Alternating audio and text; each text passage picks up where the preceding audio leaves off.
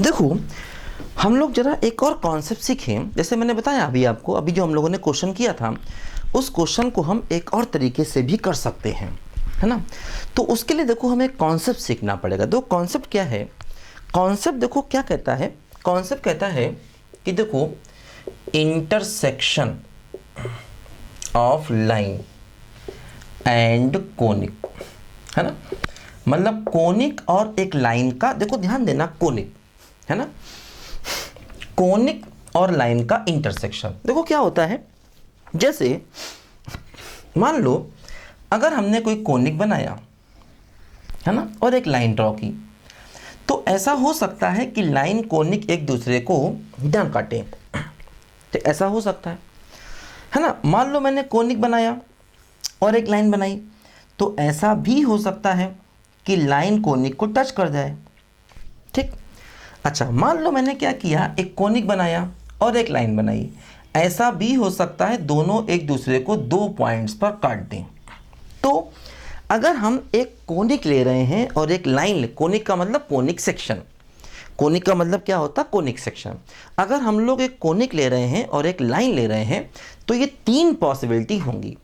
हो सकता है लाइन कोनिक को ना काटे, हो सकता है लाइन कोनिक को टच करे, हो सकता है लाइन कोनिक को दो पॉइंट्स पर काटे। बस ये तीन ही पॉसिबिलिटी है।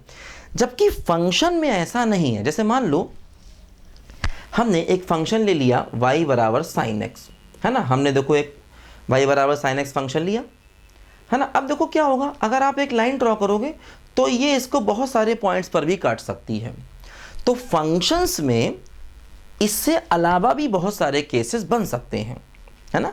फंक्शन में जैसे हो सकता है फंक्शन में लाइन फंक्शन को ना काटे, हो सकता है लाइन फंक्शन को टच करे, और हो सकता है लाइन फंक्शन को बहुत सारे पॉइंट्स पर काटे।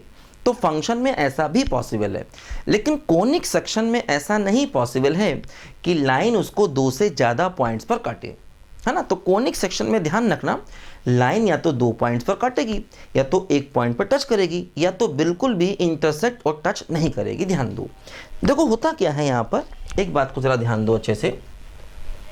देखो यहाँ पर क्या होता है, जैसे मान लीजिए मैंने एक कोनिक सेक्शन ले लिया, मान लो मैंने एक ऐसे करके कोनिक सेक्शन ले लिया, है ना। मैंने बताया कोनिक सेक्शन का देखो ये एक जनरल इक्वेशन होता है।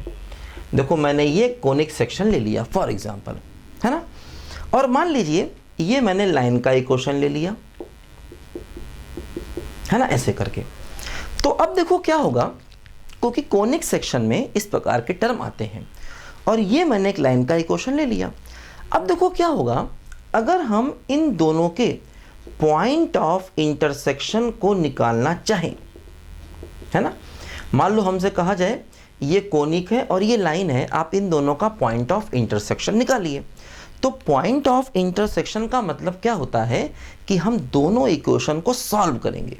मतलब या तो हम x की वैल्यू निकालें या y की वैल्यू निकालें। देखो जैसे मान लो हम इन दोनों का पॉइंट ऑफ इंटरसेक्शन निकालना चाहते हैं, तो हम क्या करेंगे, देखो यहाँ से y की वैल्यू निकालेंगे। देखो y की वैल्यू क्या होगी, माइनस LX माइनस n/m, है ना। और ये y की वैल्यू देखो इस कोनिक सेक्शन में पुट कर देंगे जहाँ जहाँ पर y है ना। जो y की वैल्यू देखो आएगी, ये y की वैल्यू हम इस कोनिक सेक्शन में हर जगह पुट कर देंगे। ठीक। तो इससे क्या होगा, हमें एक इक्वेशन मिलेगी जो कि x में क्वाड्रेटिक होगी। जब हम इसको सिंप्लीफाई करेंगे, क्या किया, देखो यहाँ से y निकाला, y इसमें पुट कर दिया, तो हमें एक x में क्वाड्रेटिक इक्वेशन मिलेगी। देखो अच्छा, हम इसका उल्टा भी कर सकते हैं। जैसे यहाँ से हम y की वैल्यू, जैसे यहाँ से हम y की वैल्यू निकाल लें, हम एक काम करें, यहाँ से x को निकालें और x की वैल्यू इसमें पुट कर दें, तो हमें y में क्वाड्रेटिक इक्वेशन मिल जाएगी। दोनों ही काम कर सकते हैं, है ना। या तो y की वैल्यू पुट करेंगे तो x में क्वाड्रेटिक इक्वेशन मिल जाएगी। ऐसा भी कर सकते हैं कि x की वैल्यू पुट कर दें तो y में क्वाड्रेटिक इक्वेशन मिल जाएगी, है ना। तो हमें क्या करना है, पहले एक क्वाड्रेटिक इक्वेशन तैयार करनी है। या तो हम x में तैयार करें या फिर हम इसको y में तैयार करें, है ना। लिखो जरा इस बात को बच्चों ध्यान से, ठीक है। बोलो हमें क्या करना है, एक क्वाड्रेटिक क्वेश्चन को तैयार करना है, या तो हम एक्स में तैयार करें या फिर वाई में तैयार करें।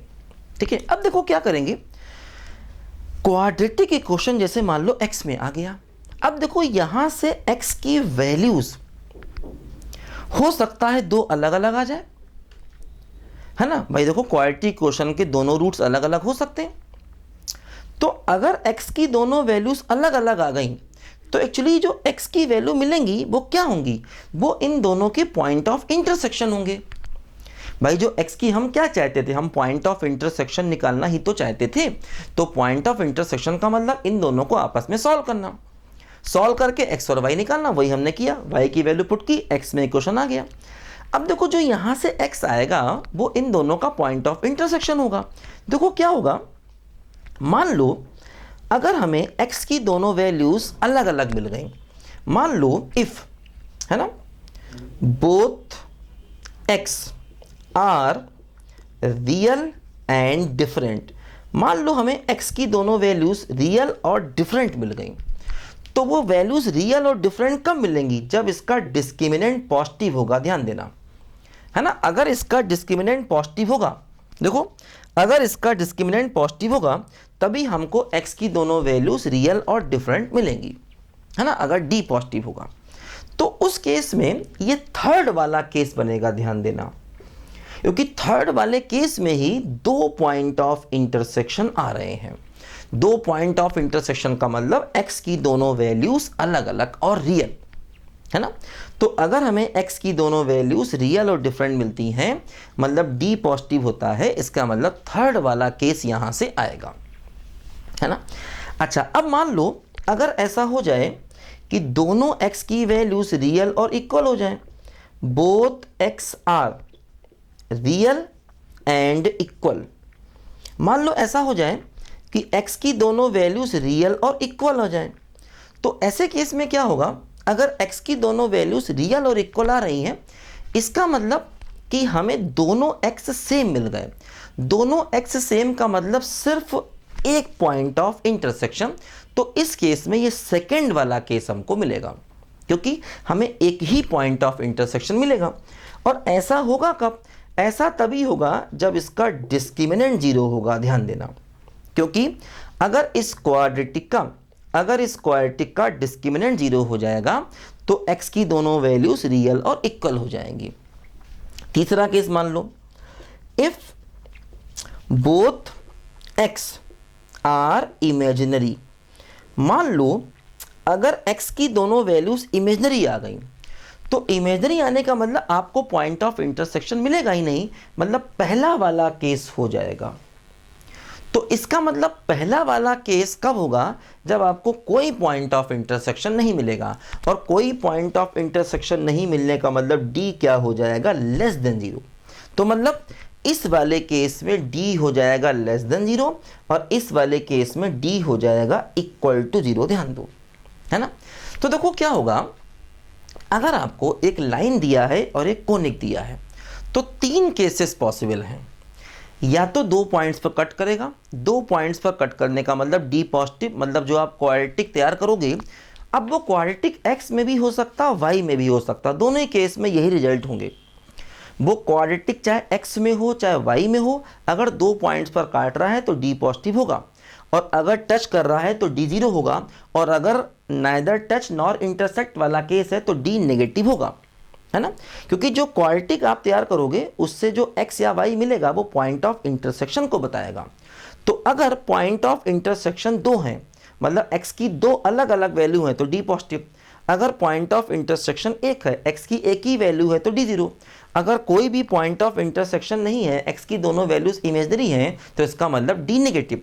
तो ये बातें हमें दिमाग में अपने बैठा लेनी है ना। लेकिन ध्यान रखना ये कॉन्सेप्ट कोनिक सेक्शन के लिए ही है, क्योंकि ये क्वाड्रेटिक कोनिक सेक्शन में ही बनेगा। जब आप y की वैल्यू पुट करोगे तो कोनिक सेक्शन में ही क्वाड्रेटिक बनेगा। अगर ये कुछ और हुआ तो वो क्वाड्रेटिक नहीं बनेगा। जैसे मान लो y बराबर x की पावर 3 ले लोगे, तो उसमें आप x की वैल्यू पुट करोगे तो क्वाड्रेटिक वो नहीं बनेगा, कुछ और बनेगा। ध्यान दो, तो ये कॉन्सेप्ट जो हम लगा रहे हैं, ध्यान दो, ये कॉन्सेप्ट हम कोनिक सेक्शन में ही लगा सकते हैं, इस बात पे ध्यान दो, ठीक है। ये कोनिक सेक्शन के लिए ही कॉन्सेप्ट है स्पेशली। देखो क्या होता है यहाँ पर, जैसे ये बात मैं आपको कुछ एग्जाम्पल के थ्रू समझाता हूँ, एक दो एग्जाम्पल मैं आपको देता हूँ तो उसके थ्रू मैं ये बात आपको समझाता हूँ। लिखो जरा पहले ध्यान से इसको।